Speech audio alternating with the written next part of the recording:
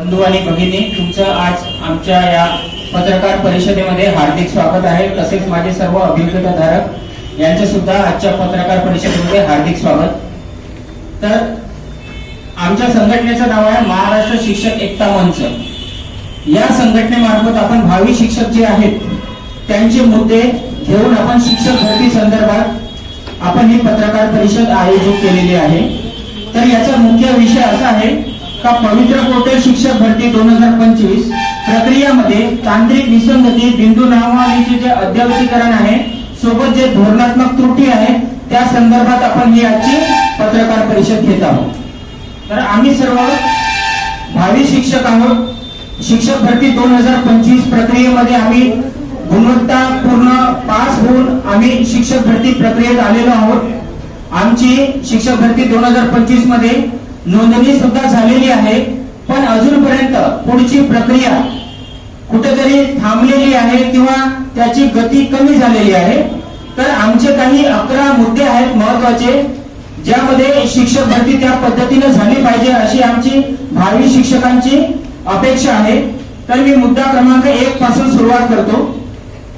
तर 15 मार्च 2024 मधील नवीन संच मान्यतामुळे जे शिक्षक आहे ते अतिरिक्त होत आहे. तर जे शिक्षक अतिरिक्त होत असल्यामुळे विद्यार्थ्यांना गुणवत्तापूर्ण शिक्षण मिळत नाहीये. आणि शिक्षकांचे अतिरिक्त होण्यामागचं पहिलं कारण हे आहे की त्या संच मान्यतामध्ये नवीन 0 ते 30 पटसंख्येकरिता एक शिक्षक देण्यात येणार अशा पद्धतीचा तो नवीन संच मान्यता आहे. तर 30 विद्यार्थ्यांमागे एक शिक्षक व एका शिक्षकावर आठवड्याभरामध्ये 48 तासिकाचा भार. आता 48 तासिका त्याला घ्यावं ते लागलेच एका शिक्षकाला, पण सोबतच इतर अशैक्षणिक कामे सुद्धा त्याला करावी लागणार आहे. त्यानंतर बघा, आता एक मी उदाहरण घेतो. जर या पद्धतीने जर शिक्षक भरती झाली नवीन संच मान्यतेनुसार, तर वर्ग 1 ते 5 चा एक गट असतो, वर्ग 6 ते 8 चा दुसरा गट असतो, 9, 10 चा तिसरा आणि 11, 12 चा चौथा गट, असे 4 गट शिक्षक भरतीमध्ये असतात. आणि विद्यालयामध्ये सुद्धा असे 4 स्तर असतात. तर आता 1 ते 5 मध्ये एखादा प्राथमिक विद्यालय आहे, तिथं समजा 30 विद्यार्थी संख्या आहे. एका पहिल्या वर्गामध्ये 8 असेल, दुसऱ्या वर्गामध्ये 12, असे टोटल मिळून 5ही वर्गात 30 आहे. तर तिथं मान्यता फक्त एका शिक्षकाला मिळेल. आणि तो एक शिक्षक 5ही वर्गाला एका वेळेस कशा पद्धतीने शिकवेल, हा खूप मोठा विषय आहे. कारण एका शिक्षकाला जर 5ही वर्ग एका वेळेस शिकवायचे असेल तर त्याला एकत्र कंबाईन क्लास घ्यावा लागेल. त्यामुळे गुणवत्तेला वाव राहणार नाही. पहिल्या वर्गाच्या विद्यार्थ्याची मानसिकता वेगळी असते, 5व्या वर्गाच्या विद्यार्थ्याची मानसिकता वेगळी असते. त्यामुळे शासनाला या धोरणामध्ये कुठेतरी बदल करणं गरजेचं आहे. तसंच आपण उदाहरण जर 6 ते 8 वर्गासाठी घेऊ, 6 ते 8 वर्ग हा खूप महत्वाचा आहे. याच्यामध्ये भाषा विषय असतो, गणित विज्ञान वेगळा असतो आणि सोबतच सामाजिक शास्त्र हा वेगळा विषय, जसा इतिहास, भूगोल, नागरिक शास्त्र. तर आता तिथं सुद्धा जर 30 विद्यार्थी असतात 6 ते 8 मध्ये, 6 वर्ग 7 वर्ग 8 वर्ग मिळून 30 असेल, तर तिथं पण फक्त एकच शिक्षक मिळेल. आता तो एक शिक्षक भाषा शिकवेल का विज्ञान गणित शिकवेल की सामाजिक शास्त्र शिकवेल, कारण त्याची गुणवत्ता शिक्षक भरतीप्रमाणे तो भाषासाठी निवड झाला असेल तर तो फक्त भाषा शिकवेल. पण तिथं काय म्हटलेलं आहे तर 30 विद्यार्थ्यामागे, तर भाषावाला जो शिक्षक आहे तो इतर विषय कसा शिकवेल आणि गुणवत्तापूर्ण कशा पद्धतीने त्या विद्यार्थ्याचा विकास करेल आणि पुढे 10वीच्या बोर्डासाठी त्या विद्यार्थ्याला तयार करेल, हा खूप महत्वाचा विषय आहे. त्यानंतर बघा, जो 21 सप्टेंबर 2023 ला अजून एक काळा GR आला शिक्षण विभागाकडून समूह शाळा योजना. तर या समूह शाळा योजनेमध्ये काय म्हटलेलं आहे का ज्या ग्रामीण भागात खेडेपाडे तांडे वस्तीमध्ये पटसंख्या शाळेमध्ये जर 1 ते 20 च्या आतमध्ये आहे तर त्या शाळेला बंद करून टाका. एकदा शाळा बंद झाली तर त्याला पुन्हा सुरू करण्यासाठी मंत्रालयात धाव घ्यावी लागते, त्याच्याशिवाय शाळा सुरू होत नाही. पण बंद करण्याला मात्र शिक्षणाधिकारीचा एक पत्र लागतो. त्यामुळे इथं खूप विचार करणं गरजेचं आहे शासनाला का शाळा बंद करणे योग्य आहे का. ग्रामीण भागातील विद्यार्थ्यांना शिक्षणापासून वंचित करण्याचा हा डाव आहे आणि त्यामुळे याच्यावर आळा घालणं खूप महत्वाचं आहे. 0 ते 20 पटसंख्याचे जे शाळा आहे त्यांची यादी तयार करणं सुरू झालेली आहे जिल्हा परिषदेने. त्यामुळे जर अशा प्रकारच्या शाळा बंद होईल आणि एक समूह शाळा तयार करणार, पुढे भविष्यामध्ये समजा त्या समूह शाळेमध्ये विद्यार्थ्यांची पटसंख्या कमी झाली तर काय ते समूह शाळा बी बंद करणार का, हा माझा प्रश्न आहे शासनाला. तर ह्या प्रकारचे काम झाले नाही पाहिजे. कारण भारतीय राज्यघटने भाग 3 कलम 21 अ हा त्याचा पूर्णपणे उल्लंघन आहे. कारण विद्यार्थ्यांना शिक्षण हा मोफत व सक्तीचा त्यांच्या गावामध्ये, त्यांच्या ग्रामीण भागात, त्यांच्या ठिकाणी मिळायला हवं, हा भारतीय राज्यघटना म्हणते. मग शासन का बरं असं भारतीय राज्यघटनेला डावलून का बरं काम करत आहे ते कळायला मार्ग नाही. तर अशा पद्धतीने मी तुमच्या समोर 5 मुद्दे मी सांगितला आहे. पुढचा मुद्दा आमचे सचिव संघटनेचे रुद्र समर्थ सर हे सांगतील.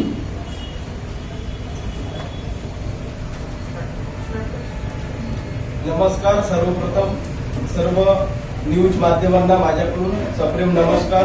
आणि महाराष्ट्र शिक्षक एकता मंच याद्वारे आम्ही इथे पत्रकार परिषद घेत आहोत. पत्रकार परिषद घेण्याचे मुख्य कारण म्हणजे शिक्षक अभियोग्यता आणि बुद्धिमत्ता चाचणी 2025 ची तब्बल एक्झाम झाल्यानंतर निकाल सुद्धा लागलेला आणि निकाल लागून सुद्धा जवळपास आज 257 ते 58 दिवस झालेले आहेत. तरी पण पूर्ण भरतीची प्रक्रिया संपूर्ण झालेली नाही. फक्त सेल्फ सर्टिफाय झालेला आहे, म्हणजे स्वप्रमाणित करून झालेला आहे, एवढंच झालेलं आहे. आणि शासनाने काय केलं, 20 जानेवारी 2026च्या शैक्षणिक अर्हतेचा शासन निर्णय जारी केलेला आहे.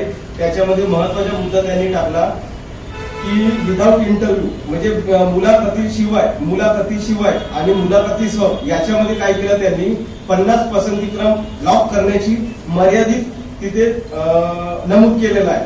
परंतु काय झालं, 2022 ची जे शिक्षक अभियोग्यता बुद्धिमत्ता चाचणी आहे किंवा त्याच्या अगोदर झालेली 2017 ची शिक्षक अभियोग्यता आणि बुद्धिमत्ता चाचणी झालेली आहे.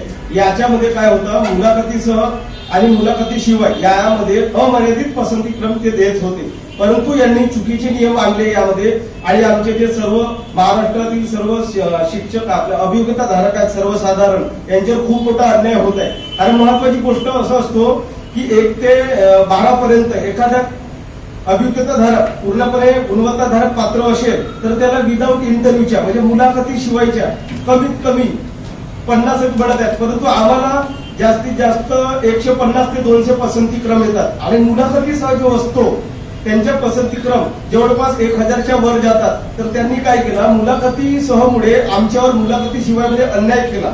तर माझी एकच विनंती आहे तुमच्या माध्यमाद्वारे राज्य सरकारला आणि शिक्षण मंत्री महोदय माननीय दादाजी भुसे साहेब आणि त्यांचे शिक्षण उपसचिव आबासाहेब कवडे साहेब यांना की ती जी मर्यादा तुम्ही ठेवलेली आहे पसंतीक्रम ती आम्हाला अमर्यादित करून देण्यात यावे. कारण कसं आहे, जिल्हा परिषद, नगरपालिका, महानगरपालिका ह्या ज्या आमच्या हक्काच्या आणि सर्वसाधारण गोरगरिबांच्या मुलांचे म्हणजे शिक्षक अभियोग्यता धारक आहेत यांच्यावर अन्याय नाही झालेला पाहिजे, त्यासाठी ते पसंतीक्रम अमर्यादित करून देण्यात यावे. कारण महत्वाची गोष्ट अशी आहे, त्यांच्या असं म्हणणं झालं की कुठेतरी जागा रिक्त राहतात, कुठेतरी नवीन शिक्षक रुजू होत नाही. त्याला एक पर्याय आहे तुमच्यासाठी, तुम्ही वेटिंग लिस्ट लावू शकता. कारण महाराष्ट्र राज्यामधील सर्व सरळ सेवेमध्ये आजपर्यंत असं कुठेच नाही का तिथे वेटिंग लिस्ट लागत नाही. त्याच्यासाठी तुमच्यासाठी हा एक सुद्धा पर्याय आहे.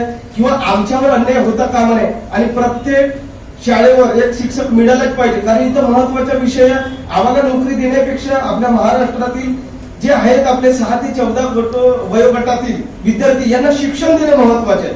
कारण आज अशी परिस्थिती आहे आपल्या महाराष्ट्र राज्याची, दुसऱ्या रँकवरून 7व्या रँकवर आपली शिक्षणाची गुणवत्ता कमी झालेली आहे. मग का बरं, आपल्याकडे समृद्ध राज्य आहे. आज बिहार सारखा असमृद्ध राज्य नसलेला घटक त्या ठिकाणी तब्बल 1 ते 1.5 लाख शिक्षकांची भरती केला आणि तिथे 6 ते 14 वयोगटातील प्राथमिक शिक्षकांना सक्तीचे आणि मोफत शिक्षण उपलब्ध करून दिला. मग आपल्या तर महाराष्ट्र राज्य सक्षम आहे, आपण समृद्ध आहोत.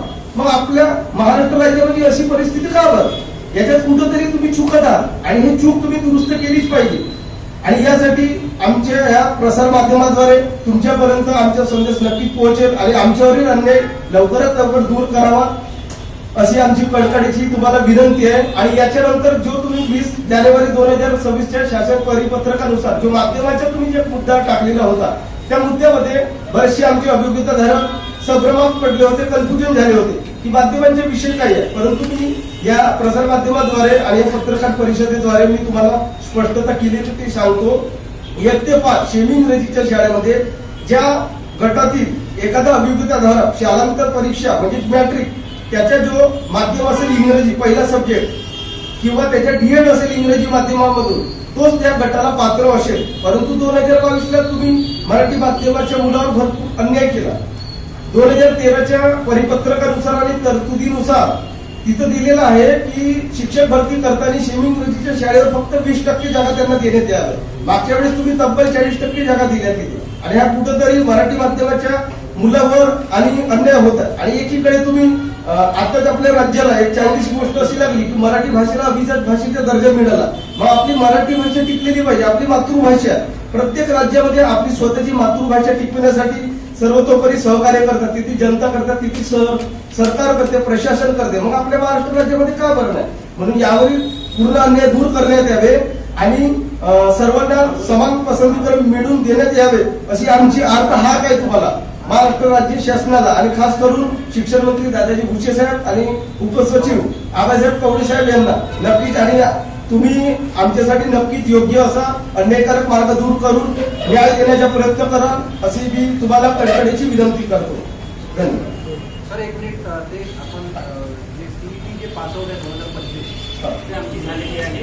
आम्ही टेट पास आहोत. टेट पास आहे. टेट म्हणजे जे teachers aptitude and intelligence test 2025 जे झाली होती ते आम्ही पास आहोत. आमचा निकाल लागून आज जवळपास 7-8 महिने झाले आणि परीक्षा घेऊन जवळपास 1 वर्ष होत आहे.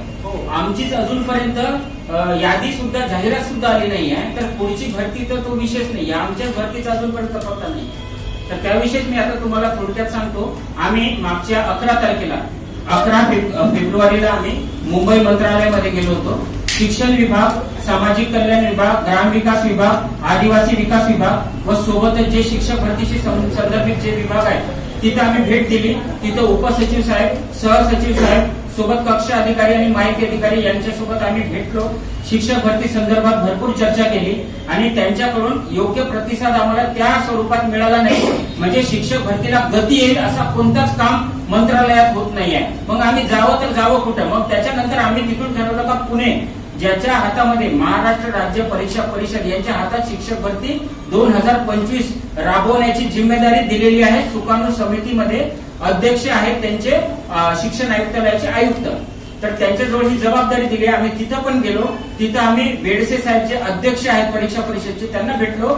नवनियुक्त आयुक्त साहेब रमेश चौथे साहेब त्यांना सुद्धा आम्ही भेटलो आणि सोबतच पवित्र पोर्टल तांत्रिक बाबीचे प्रमुख माननीय चिमणे साहेब यांना सुद्धा भेटलो. तर त्यांनी एकच म्हटलं का जोपर्यंत शिक्षकाचं समायोजन होत नाही आणि जोपर्यंत आंतर जिल्हा बदली आणि जिल्हा अंतर्गत बदली होत नाही तोपर्यंत आम्ही जाहिरात देऊ नाही शकत. त्यानंतर बघा एक अजून आम्ही विषय मांडला होता तिथं का जो तुम्ही बघितलं असेल मागच्या महिन्यामध्ये भरपूर साऱ्या पेपरामध्ये क्रीडा शिक्षकाची भरती होणार, विशेष शिक्षकाची भरती होणार, याची सगळी माहिती आम्ही घेऊन आलो आहोत. आणि जेव्हा चिमणे साहेब यांनी म्हटलं आम्हाला का क्रीडा शिक्षकाची बिंदू नामावली, विशेष शिक्षकाची बिंदू नामावली अजूनपर्यंत क्लिअर नाही आहे, त्यामुळे या शिक्षक भरतीमध्ये 2025च्या पहिल्या टप्प्यामध्ये क्रीडा शिक्षक व विशेष शिक्षकांची भरती होणे अशक्य आहे किंवा त्याला वेळ लागेल. म्हणून दुसऱ्या टप्प्यामध्ये आपण ती भरती घेऊ. पण पेपरामध्ये ज्या पद्धतीने, वृत्तपत्रामध्ये ज्या पद्धतीने दाखवलं का आता क्रीडा शिक्षकाचा मार्ग मोकळा,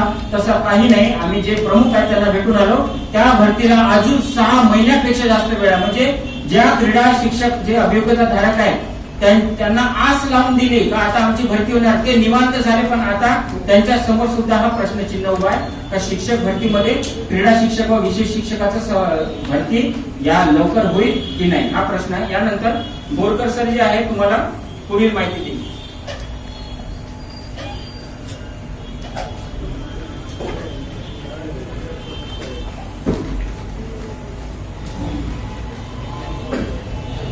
भारतीय राज्यघटनेमध्ये आपल्याला म्हणजे जे शिक्षण घेणारी मुलं आहेत त्यांना मोफत व सक्तीच्या शिक्षणाचा अधिकार दिलेला आहे सरकारने, बरोबर आहे. पण आपल्या राज्यामध्ये मोफत व सक्तीच्या शिक्षणाचं अजूनपर्यंत पालन केलं जात नाही. ठीक आहे, आता नुसते जे प्रायव्हेट स्कूल आहेत किंवा इंग्लिश मिडियम स्कूल आहेत, सीबीएसई स्कूल आहेत त्यांच्यावरच जास्त पालक पण भर देत आहेत. कारण काय तर मराठी माध्यमाच्या शाळांची जी परिस्थिती आहे ती सरकारने खूप वाईट करून ठेवलेली आहे. मला सांगा, जसा एखाद्या मराठी शाळेमध्ये आहे शिक्षकच जर नसतील तर तिथली पटसंख्या वाढणार का? कारण तुमच्या माझ्यासारखा पालक विचार करेल की माझ्या मुलाला शिक्षण भेटत असताना ते चांगल्या शिक्षकाकडून आणि चांगल्या शाळेतून मिळावं, कारण त्याच्या भविष्याचा प्रश्न आहे.